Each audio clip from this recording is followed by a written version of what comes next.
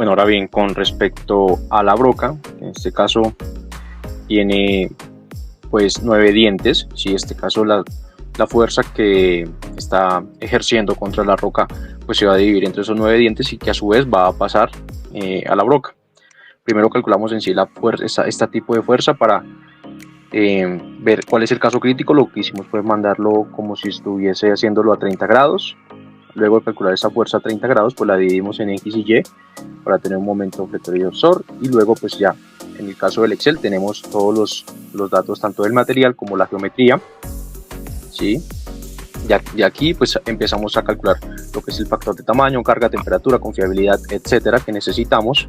Suponemos que va a trabajar a una temperatura de 500 grados Celsius debido a que está en contacto con la fricción.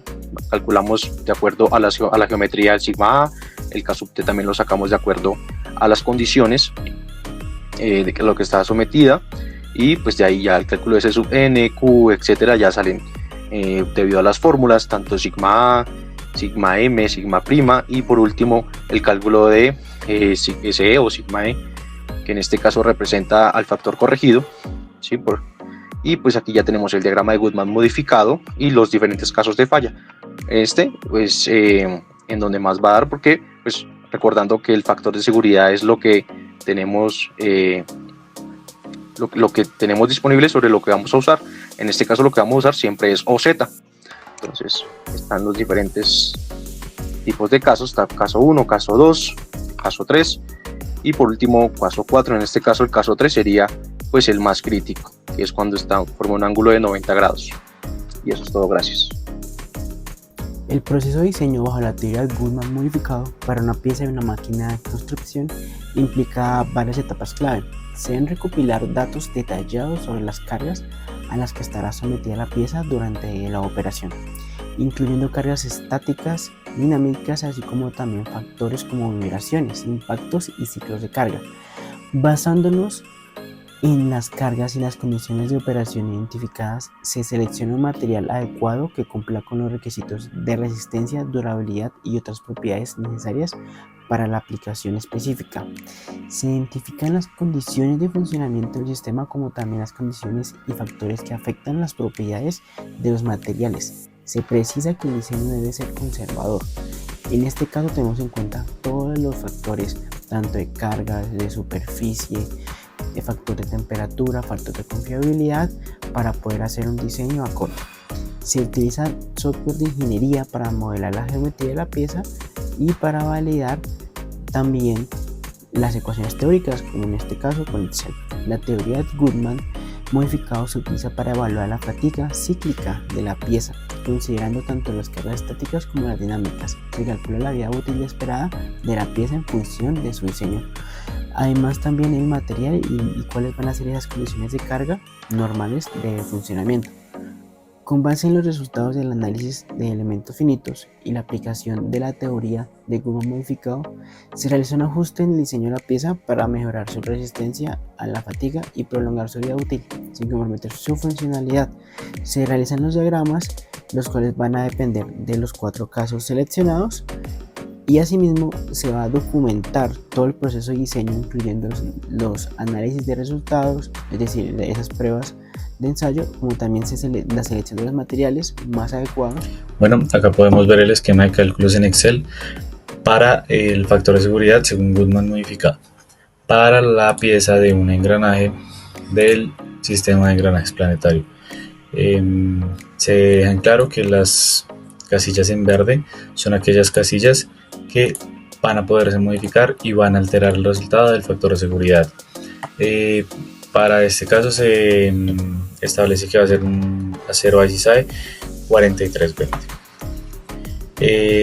Al realizar los cálculos tanto del material como de la geometría, como determinar los concentradores de esfuerzo y los factores que alteran la fatiga, vamos a tener un cálculo de la resistencia de la fatiga, que da 100.28 megapascales, y la misma resistencia de la fatiga teniendo en cuenta el factor de concentradores de esfuerzos. Una vez tenidos estos cálculos, podemos empezar a realizar los cálculos que se relacionan con Goodman modificado hasta obtener un sigma alternante y un sigma medio. Con esto se puede graficar un punto de carga y pues vamos a tener como una primera imagen de lo que sería el diagrama de Goodman modificado para un factor de seguridad promedio de 5.21. Más allá de esto podemos o debemos tener en consideración la variación de las posibles fallas. Para el caso 1 vamos a tener un factor de seguridad de 13.82, para el caso 2 un factor de seguridad de 4.7, para el caso 3 un factor de seguridad de 4.73 y para el caso 4 un factor de 4. Y por último podemos evidenciar el diagrama de Goodman modificado junto con sus variaciones o con sus posibles casos de falla. Buen día, acá encontramos el Excel de los cálculos de la plumilla. Encontramos la geometría y las cargas en las cuales se puede variar dependiendo de lo que se requiere hacer. El material que se empleó fue un acero R400 con un límite a la afluencia de 965,2, una última tensión de 1318 megapascales. En los cálculos sacamos un sigma y un tau de 18,71 y 72,54 megapascales. También se halló un tau máximo y un sigma promedio. En los factores de seguridad hallamos factores de seguridad de energía de distorsión, el cortante puro y cortante máximo. Ya continuamos con el cálculo de la resistencia a la fatiga. Ahora tuvimos una resistencia a la fatiga sin corregir de 659, un factor de superficie de 0,65, un factor de tamaño de 0,806, un factor de carga de 0,92, un factor de temperatura de 1, un factor de confiabilidad de 0,86 y por último una resistencia a la fatiga corregida de 276,4.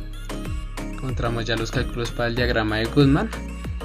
Y también hallamos los sigma alternante y sigma medio. Después calculamos el factor de seguridad con Goodman modificado que nos da 1,7. Encontramos los gráficos, los cálculos de caso de la falla, el 1, encontramos el 2 que nos dio 1,89.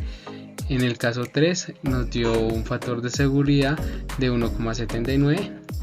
Y ya por último, en el caso 4 nos dio un factor de seguridad de 1,678. Y con eso acabamos la explicación de este video. Muchísimas gracias. Hola, este es el Excel con el esquema de cálculos para el cálculo de los factores de seguridad pedidos en Moodle. Entonces llegamos a resultados de sigma prima alternante igual a sigma prima medio igual a 44.04 megapascales, asumiendo que la pieza está expuesta a esfuerzos repetidos. Entonces con estos esfuerzos llegamos a que la resistencia sin corregir a la fatiga es de 282.5 megapascales. La resistencia corregida a la fatiga es de 122.48 megapascales y con estos esfuerzos calculamos el diagrama de Goodman mostrado acá en el Excel. Entonces nos pedían también calcular el factor de seguridad para los casos de falla. Entonces para el caso 1, donde sigma alternante es constante y sigma medio es variable, tenemos un factor de seguridad de 4.56. Tenemos el caso 2, cuando sigma alternante es variable y sigma medio es constante, tenemos un factor de seguridad de 2.1. Y para el caso 4, cuando sigma alternante y sigma medio varían de manera independiente, tenemos un factor de seguridad de 2.08. Estos factores de seguridad se calculan mediante las distancias de los segmentos. Además, se calcula el factor de seguridad haciendo uso de los esfuerzos calculados en el Excel y se calcula también mediante el caso 3, que es la razón constante entre sigma alternante y sigma medio, y nos da el resultado factor de seguridad igual a 2.29, que es igual al calculado con los esfuerzos calculados.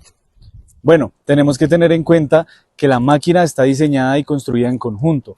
Por ende, es lógico concluir que vamos a tener una diferencia entre los factores de seguridad de cada pieza. Ahora le voy a pasar el báculo de poder a mi compañero.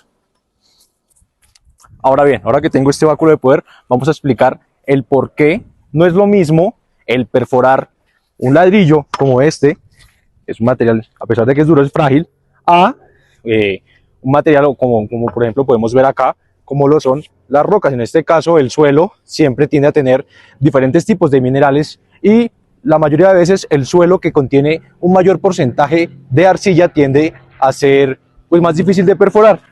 Por eso mismo, en nuestro caso, a la hora de utilizar pues, la plumilla, en nuestro caso, como la broca, pues en este caso tiene que ser de un material especializado que aguante esos esfuerzos generados a la hora de perforar diferentes tipos de roca.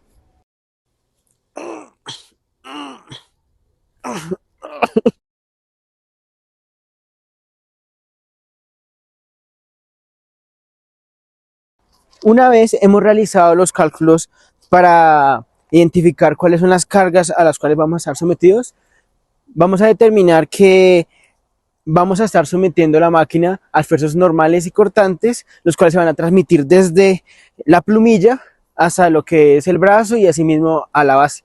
Por lo tanto, vamos a estar sometiendo nuestra máquina general a vibraciones, las cuales van a depender de la dureza de las piedras, las cuales, como ya hemos dicho, pues pueden ser muy variables. A contar con ayudas como libros de referencia, digamos el libro de diseño de materiales de Norton, del cual se sacaron varias ecuaciones y pues también se destaca la gran ayuda que es hacer uso de software como Excel para automatizar los cálculos.